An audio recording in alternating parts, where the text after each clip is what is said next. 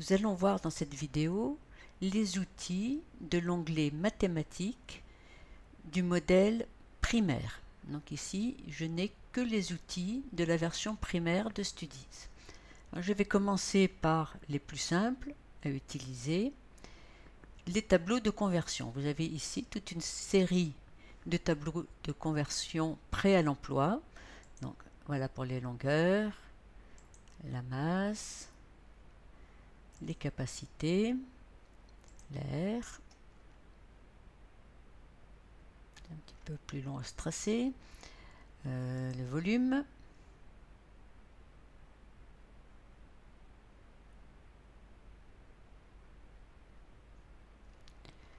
vous avez ensuite la possibilité d'avoir un tableau vide, voilà. Ici, pour les plus jeunes, décomposition en unités, dizaines, centaines, milliers, les grands nombres,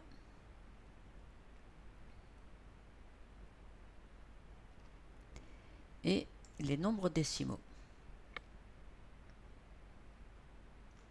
Voilà.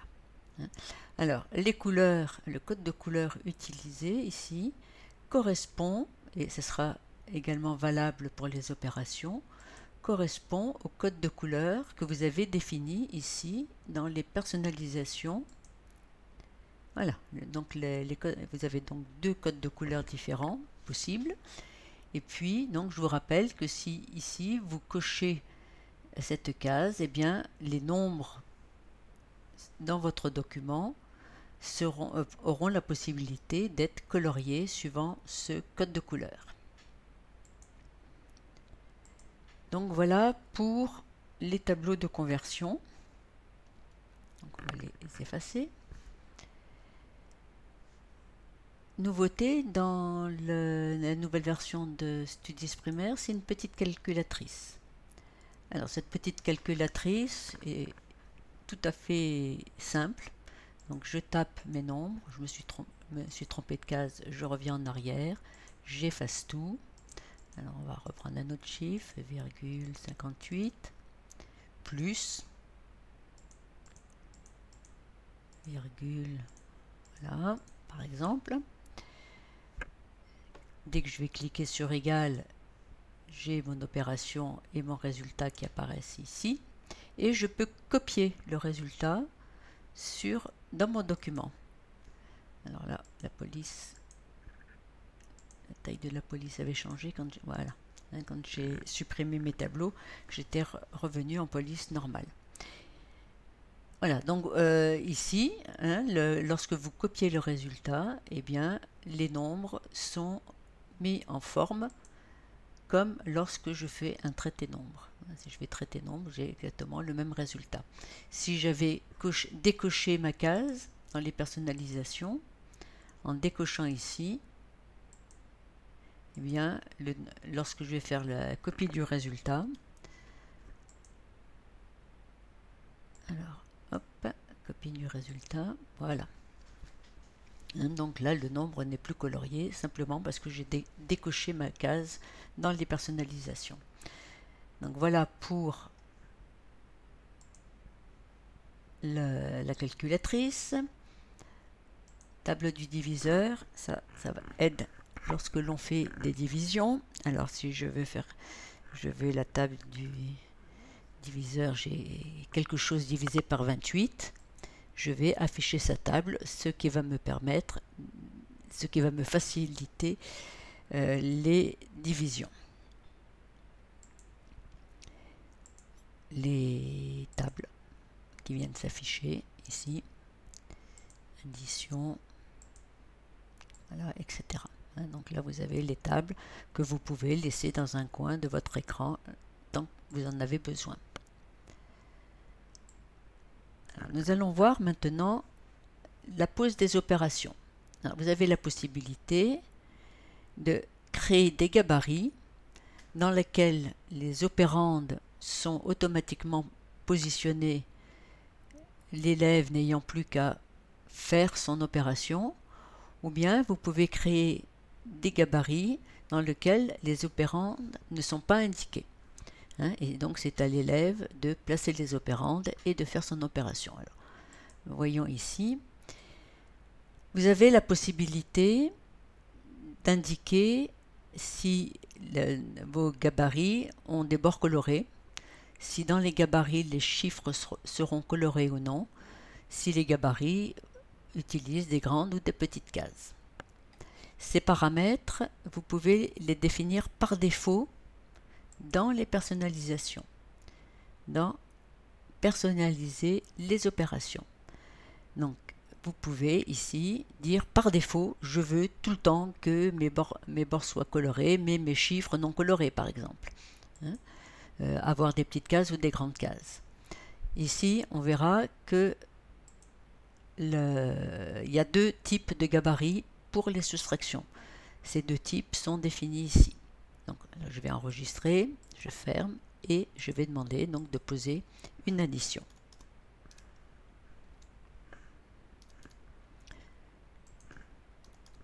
Hop, virgule, n'importe quoi, voilà. Vous avez droit à 6 opérandes pour les additions.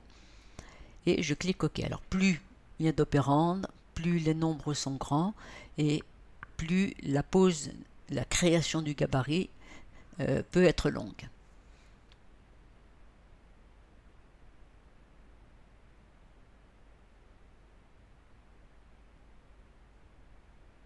Voilà, hein, donc mon opération est posée, l'élève n'a plus qu'à écrire le résultat. Si je fais la même chose, mais en choisissant créer un gabarit, alors les opérandes c'était 126,98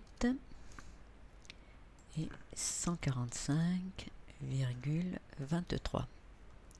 Je fais OK.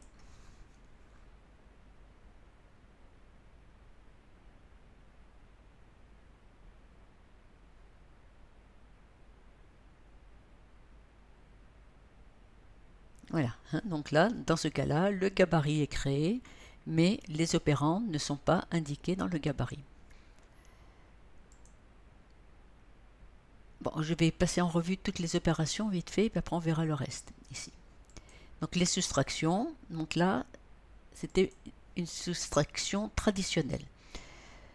Ça, c'est mes paramètres par défaut. Puis là, cette fois-ci, pour cette opération-là, je veux par exemple ne pas avoir de chiffres colorés. Hein, parce que c'est un élève qui n'aime pas les chiffres colorés, et toutes ces couleurs ça l'embrouille, les bords colorés ça suffit, mais pour lui on va en mettre des chiffres non colorés. Donc je vais indiquer mes opérandes. Si je fais OK, ah, attention, il y a un problème, je ne peux pas poser l'opération parce que je ne peux pas soustraire 897 de 456. Je me suis trompé dans l'ordre des opérandes. Donc on va recommencer. Là je sais plus ce que j'avais mis, mais c'est pas grave. Virgule. OK.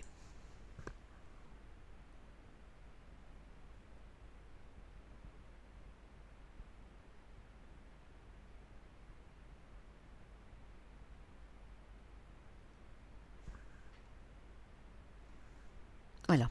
Hein, donc vous voyez que là, les chiffres ne sont pas coloriés. Par contre, les bordures du gabarit sont coloriées. Donc ça, c'est soustraction traditionnelle. Je vais faire un saut de page. Et on va faire une soustraction. La soustraction utilisée dans la méthode Singapour, la soustraction dite par emprunt. Et donc je refais donc ma soustraction. Bon là on va, vous voyez que par défaut, hein, les chiffres étant colorés, je reviens avec mes paramètres par défaut. Donc 23,4 moins 54, hop.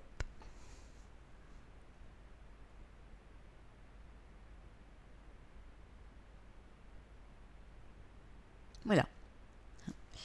Donc, soustraction par emprunt. Il suffit donc de choisir ici dans les paramètres quel type de soustraction on veut. Multiplication, donc toujours le même principe. Hein, donc là, on va pas aller très loin. Alors, si il n'y a pas de virgule, on va faire un... Voilà, multiplié par 45. Si je n'ai pas de virgule, mes cases seront coloriées.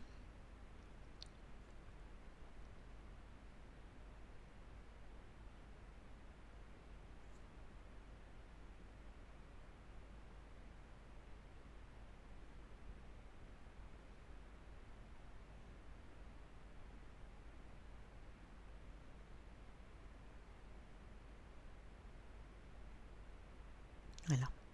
Maintenant, si j'ai une virgule, les cases ne seront pas coloriées. Je fais 12, pardon, 12,5 multiplié par 8 pour que ça aille un petit peu plus vite.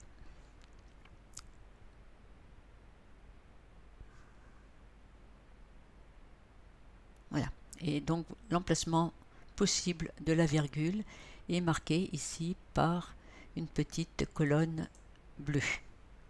Hein, donc l'élève n'aura plus qu'à mettre sa virgule au bon endroit. Les divisions, vous avez donc le choix entre division euclidienne, donc sans virgule, ou division décimale, avec choix du nombre de décimales ici, et choix entre est-ce que je trace un gabarit pour pouvoir rentrer les soustractions intermédiaires ou pas. Donc on va diviser par 25. Ah, est-ce que j'avais placé mon curseur? Il était peut-être à l'intérieur de mon opération précédente. Alors je recommence. 0,4 divisé par 45.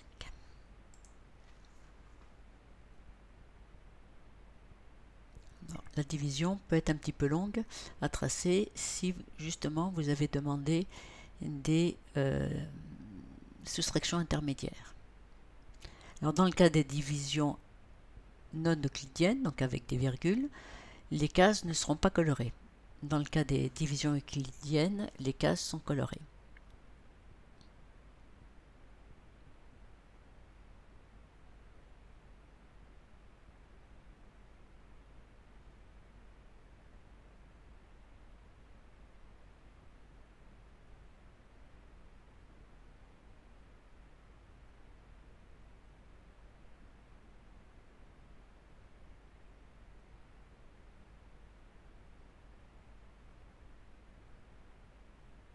Voilà. Et donc, comme pour les multiplications, les résultats, la virgule est positionnée ici dans les intervalles bleutés où l'élève donc rentre la virgule au bon endroit. Voilà donc pour les opérations. Alors on va supprimer tous ces gabarits. Je reviens avec mon style Study, c'est plus facile. Et on va voir donc les dernières possibilités. Ici, vous avez la possibilité de faire des opérations en ligne. Et virgule, vous voyez que la case grandit au fur et à mesure que on rentre des chiffres. Vous pouvez bien évidemment colorier ces chiffres si vous le désirez. Il suffit ici.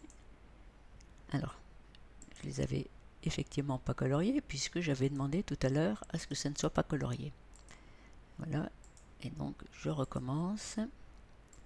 Voilà. Hein? Donc maintenant, je veux 2 additions de suite.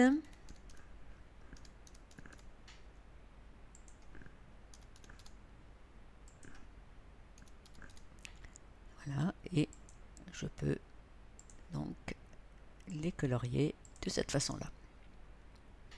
Voilà, vous avez donc la même chose pour les soustractions. Hein, soustraction en 2 cases, multiplication 2 cases, division pareil, hein, donc avec le signe divisé comme ceci. Alors voyons maintenant les dernières opérations qui sont des additions ou soustractions de durée. Donc je veux additionner des durées, par exemple 1 heure, 20 minutes et 30 secondes, que je veux additionner à 1 heure, 25 minutes, 14 secondes, 8 minutes, 55 secondes, et on va s'arrêter là. Je demande à poser l'opération.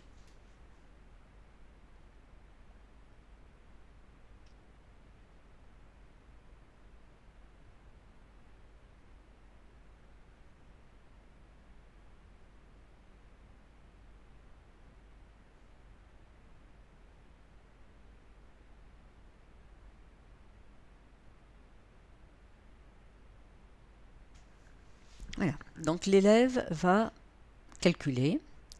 Bon, 5 et 4, ça nous fait 9. 5 et 1, 6 et 3, 9. 8 et 5, 13. 3 et je retiens 1. 2 et 2, 4 et 1, 5. 1 et 1, 2.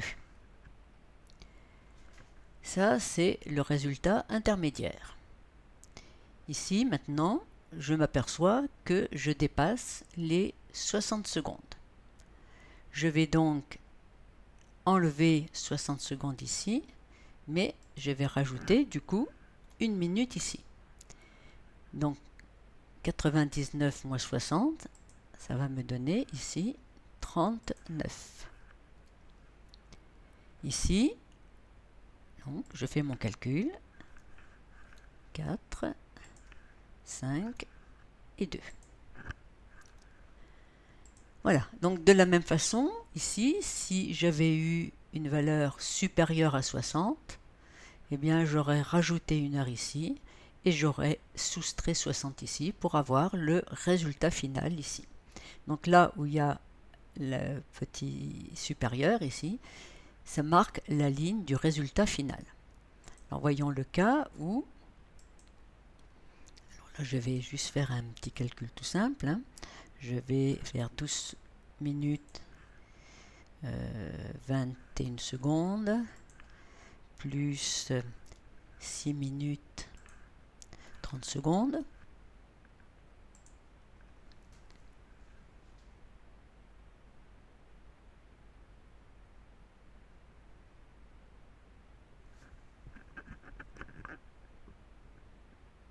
Voilà, donc le gabarit tel qu'il est posé. Ici, 3 et 2, 5, 6 et 2, 8, et donc ça va me faire 18 minutes 51 secondes. Alors voyons maintenant les soustractions.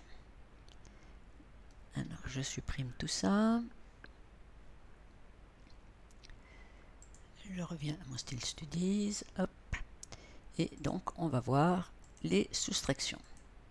Alors, à soustraire, 1 heure, 24 minutes, 23 secondes, moins 49 minutes, 30 secondes. Posez l'opération.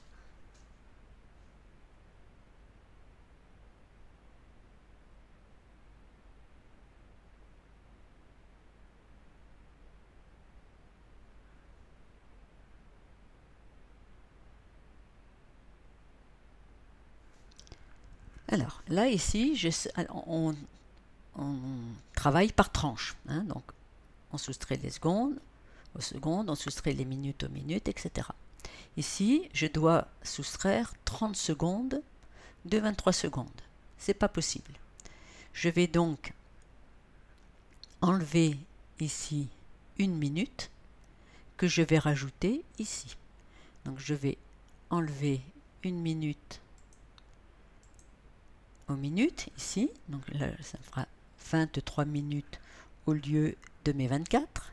Et je rajoute 60 secondes ici pour que mon opération ne soit pas faussée. Et donc ici, je vais avoir 60, 83. Je peux maintenant soustraire 30 de 83. Donc ici, je vais avoir 3. Et ici, je vais avoir 5.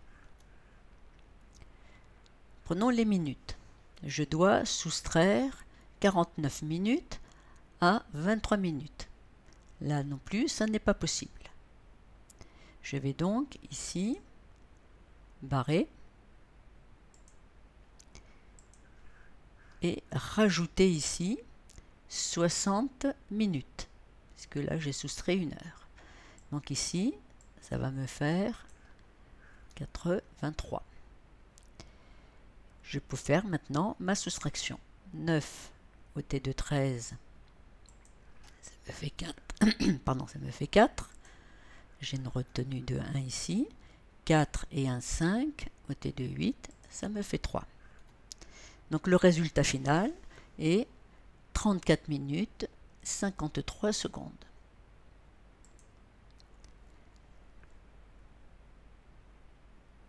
Donc oui, je pense que j'ai tout vu. Voilà pour les outils de cet onglet mathématiques de primaire.